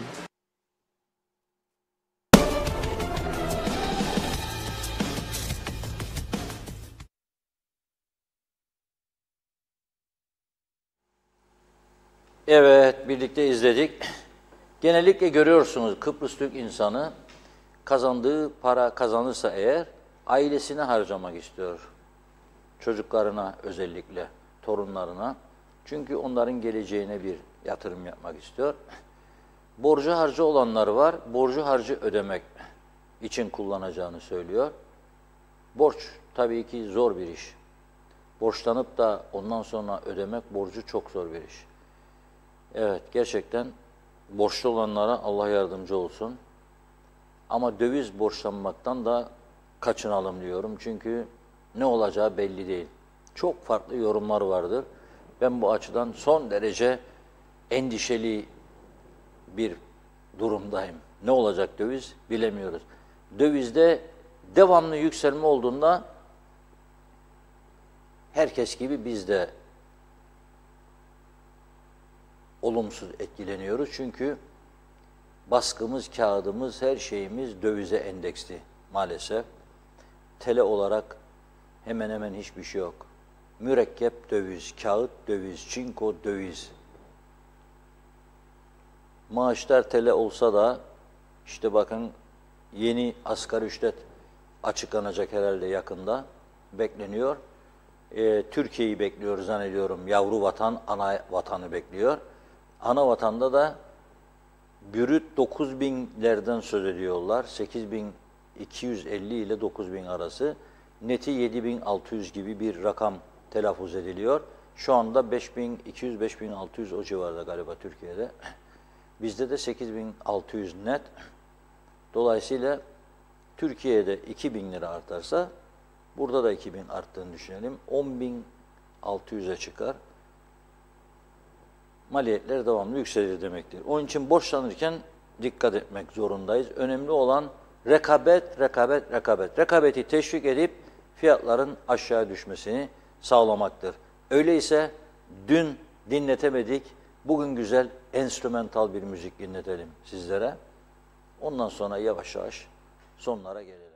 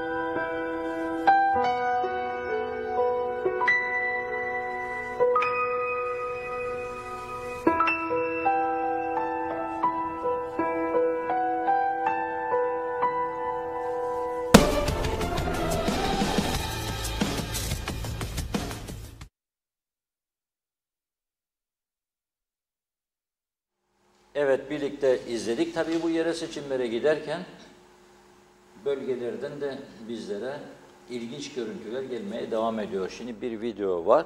Güvercinlik yolu diyor. O yolu bir videosunu izleyelim birlikte isterseniz. Evet, güzel çekiyor. Devam et.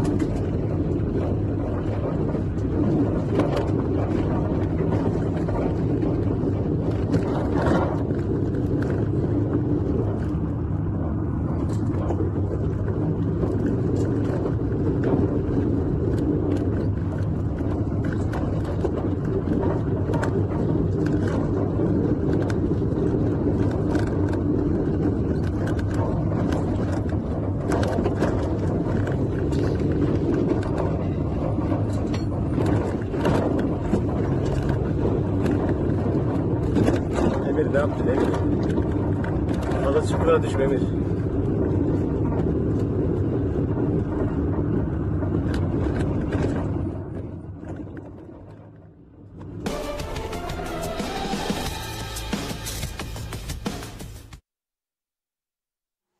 Evet, 2 tane de trafik ikaz işareti geldi. Nereden? Bizim City'den. Osman Zorlu Bey vardır. Mehmetçik, eski adıyla Galatya. Oradan olan biten ondan sorulur. O bölgeyi çok iyi takip eder. Tabelalardan biri diyor, yerde tele bağlanmış ikaz işareti. Bir tanesi de diyor, bakınız diyor, paslanmış, küplenmiş, görünmüyor. Gerçekten yıllardır ellenmemiş, değişmemiş. Bu tür konular tabii kimisi yerel yönetimlere ait, kimisi belediyelere ait, böyle bir tartışmalar falan var. Ama birçok bölgemizde böyle. Yalnız sevindirici bir son zamanlarda gelişme de var. Ara ara bazı bölgelerde hiç olmazsa koruyucu bariyerlerin son zamanlarda yenilendiğini görüyorum. Özellikle Girne-Lefkoşa yolunda tehlikeli virajlarda kırılan dökülen bariyerler yenileniyor. Ne yapması lazım? O bariyeri kim gidip vurdu, ezdi, elediyse yasayı, işte onun için söylüyorum, yasa değişecek, bedelini ödeyecek arkadaş.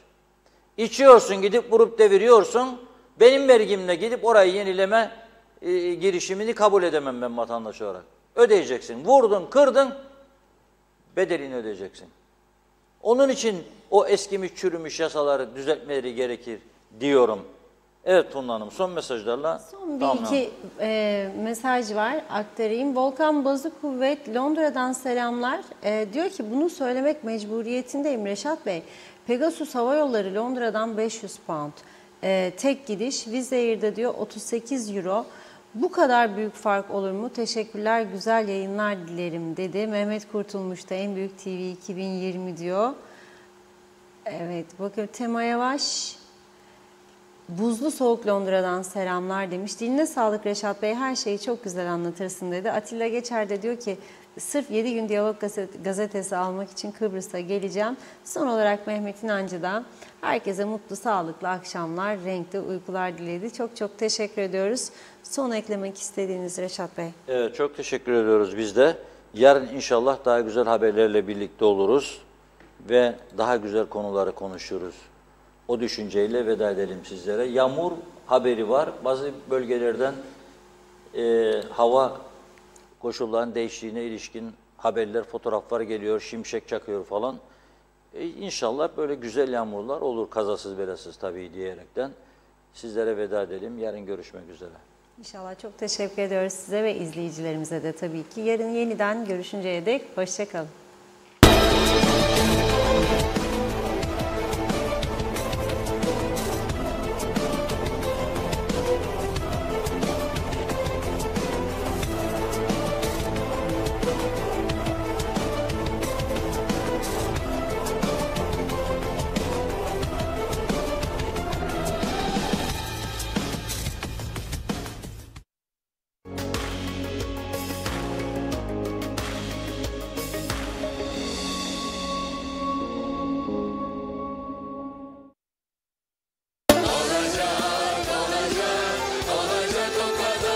Diyalog okurları milyoner olacak. Her hafta 200 kişiye yılbaşı çekilişi piyango bileti veriyoruz. 100 kişiye devlet piyangosu. 20 kişiye milli piyango tam bilet. 30 kişiye milli piyango yarım bilet. 50 kişiye milli piyango çeyrek bilet.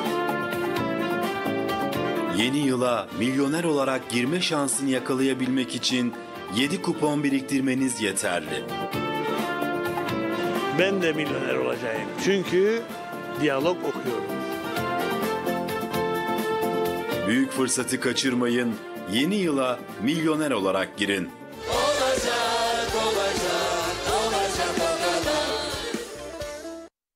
Mirador Hills, Gönyeli. Aşıklar Tepesi'nde geniş araziler içerisinde özel havuzlu, lüks 5 adet triplex, 4+1 villa ve 5 adet 3+1 tek kat villadan oluşan Mirador Hills 10 seçkin yaşam alanı sunuyor. Tüm odaları en suite olan, ekstra yardımcı odası, çalışma odası ve spor odası bulunan Lefkoşa'da benzeri olmayan bir proje Mirador Hills. Evinizin her metrekaresinde zaman geçirmekten keyif alacağınız, tüm ihtiyaçlarınızın düşünüldüğü sade, yalın, şık ve modern villalar yaşamınızı kolaylaştırıyor. Mirador Hills Gönyeli bir Şifa Construction projesidir.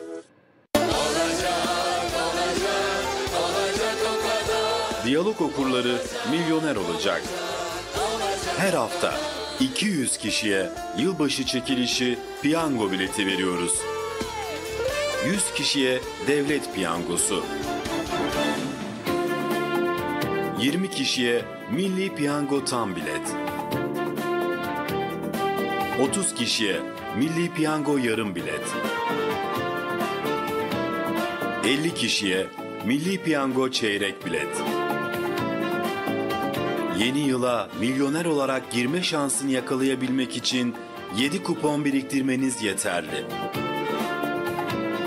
Ben de milyoner olacağım çünkü diyalog okuyorum.